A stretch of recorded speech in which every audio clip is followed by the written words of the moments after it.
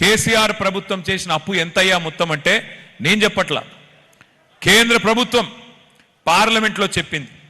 కేసీఆర్ ప్రభుత్వం వచ్చిన నాడు 2014 జూన్ 2 నాడు మొత్తం రాష్ట్రం నెత్తి మీద ఉన్న అప్పు 72,000 కోట్లు. అంటే మనకు వారసత్వంగా విరాసత్తుగా వచ్చింది 72,000 కోట్లు. కేసీఆర్ ప్రభుత్వం దిగిన నాడు, కేసీఆర్ ప్రభుత్వం డిసెంబర్ 3, 2023 నాడు దిగిపోయిన నాడు రాష్ట్రం నెత్తి మీద ఉన్న అప్పు 3,52,000 కోట్లు. అంటే ఆ 72,000 తీసేస్తే కేసీఆర్ ప్రభుత్వం చేసింది 2,80,000 కోట్ల అప్పు. అంటే సంవత్సరానికి 28,000 కోట్లు. సరే, కేసీఆర్ అప్పు చేసిండు. ఏం చేసిండు మరి కేసీఆర్ గారు?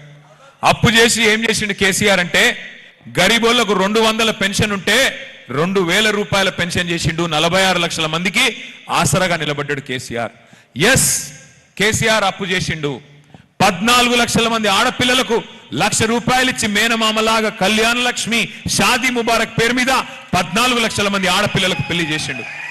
ఎస్, కేసీఆర్ గారు అప్పు చేసిండు. 15 లక్షల మంది ఆడపిల్లలకి కేసీఆర్ కిట్ ఇచ్చిండు. ఒక ఆడపిల్ల పుడితే 13,000, మగపిల్లగాడు పుడితే 12,000 రూపాయలు ఇచ్చిండు. కేసీఆర్ అప్పు చేసిండు. 1000 గురుకుల పాఠశాలలు పెట్టిండు. పెట్టి 6.5 లక్షల మంది ఎస్సీ, ఎస్టీ, బీసీ, మైనారిటీ పిల్లలకి ఒక్కొక్క పిల్లోడి మీద 1,20,000 రూపాయలు సంవత్సరానికి, నెలకు 10,000 రూపాయల చొప్పున ఖర్చు పెట్టి మంచి చదువు చెప్పించే ప్రయత్నం చేసిండు. ఎస్, కేసీఆర్ అప్పు చేసిండు. దశాబ్దాల మీ కోరిక వికారాబాద్ జిల్లా కావాలని ఇలా జిల్లా చేసిండు కేసీఆర్. కలెక్టర్ను తెచ్చిండు, ఎస్పీని కూర్చోబెట్టిండు.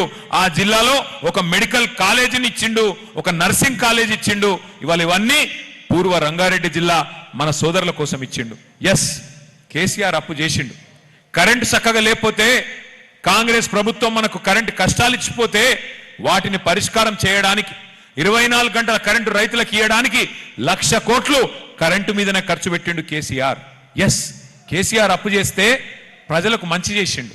నేను అడుగుతున్నా, ఇవాళ కేసీఆర్ గారు అప్పు చేస్తే నేను ఇంకో గంట సేపు చెప్పగలుగుతా. పాలమూరు రంగారెడ్డి ఎత్తిపోతల పథకాన్ని, మీ ప్రాంతానికి నీళ్లు తెచ్చే కార్యక్రమాన్ని 90% పూర్తి చేసి వీళ్ళ చేతుల్లో పెట్టిండు కేసీఆర్. 30,000 కోట్లు ఖర్చు పెట్టిండు. నేను అడుగుతున్నా రేవంత్ రెడ్డి గారిని, కాంగ్రెస్ నాయకత్వాన్ని, 10 ఏళ్లలో కేసీఆర్ గారు 2,80,000 కోట్లు అప్పు చేసిండు. మీరు 2.5 ఏళ్ళు అయింది. ఈ 2.5 ఏళ్లనే 4 లక్షల కోట్లు అప్పు చేసిండు రేవంత్ రెడ్డి గారు. 4 లక్షల కోట్లు.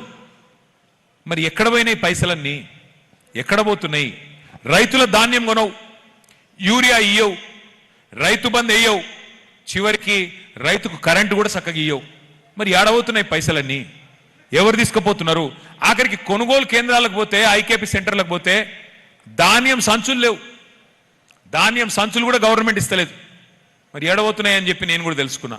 సంచులన్నీ ఢిల్లీకి పోతున్నాయంట, మూటలు మూటలు కట్టుకొని. ముఖ్యమంత్రి, ఉప ముఖ్యమంత్రి, మంత్రులు, వాళ్ళెంబడ వీళ్ళు సామంతులు. ఎందుకయ్యా అంటే ఆయన రెగ్యులర్ సీఎం కాదు రేవంత్ రెడ్డి గారు, రెన్యువల్ సీఎం.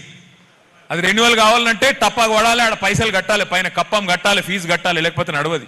అందుకే ఇవాళ ఈ పరిస్థితి ఉన్నది రాష్ట్రానికి.